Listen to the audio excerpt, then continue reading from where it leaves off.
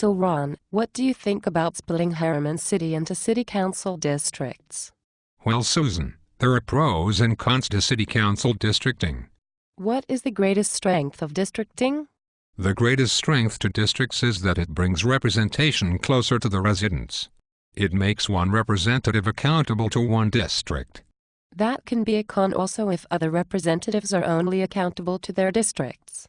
It can be. Interesting. What is the greatest weakness of districting? The greatest weakness to districting is that it limits representation. With districting, a resident would go from a mayor and 4 members of the council representing them to the mayor and 1 member of the council representing them. So the trade-off in our case is 5 representatives to 2 representatives. A resident trades more representation for closer representation. Yes. What are the other strengths of districting? There really are not that many strengths other than that. There are, however, several weaknesses. Such as? Districting limits the field of potential candidates. You may have 5 quality candidates vying for one spot in a certain district, and another district may have a candidate running unopposed. So, without districts you get the best of all the candidates. What else?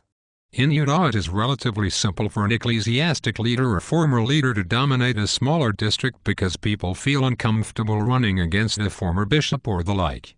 As it is right now, a resident will run for a council seat. If it is districted off, then a resident has to choose to run against a specific individual. I can see that.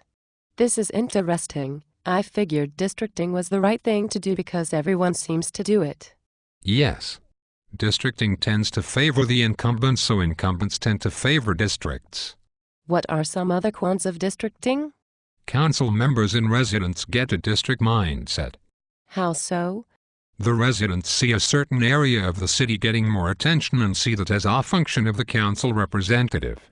Council representatives then could begin to trade favors with other council members for budget items at the detriment of the city as a whole to ensure re-election. That certainly sheds a lot of light on the subject for me. That is not all, Susan. With districts, half of the residents of Herriman will not be able to vote in some elections. It makes residents feel like they have no voice in the city. Herriman is almost at a population of 22,000. Wouldn't now be a good time to district? Salt Lake City has 7 council districts. The smallest is 24,870.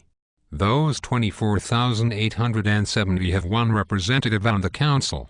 Each of our 22,000 residents have a mayor and 4 representatives on the council. That trade-off is something residents have to decide. I thought that this was an easy decision, but it seems that the cons in this case may outweigh the pros.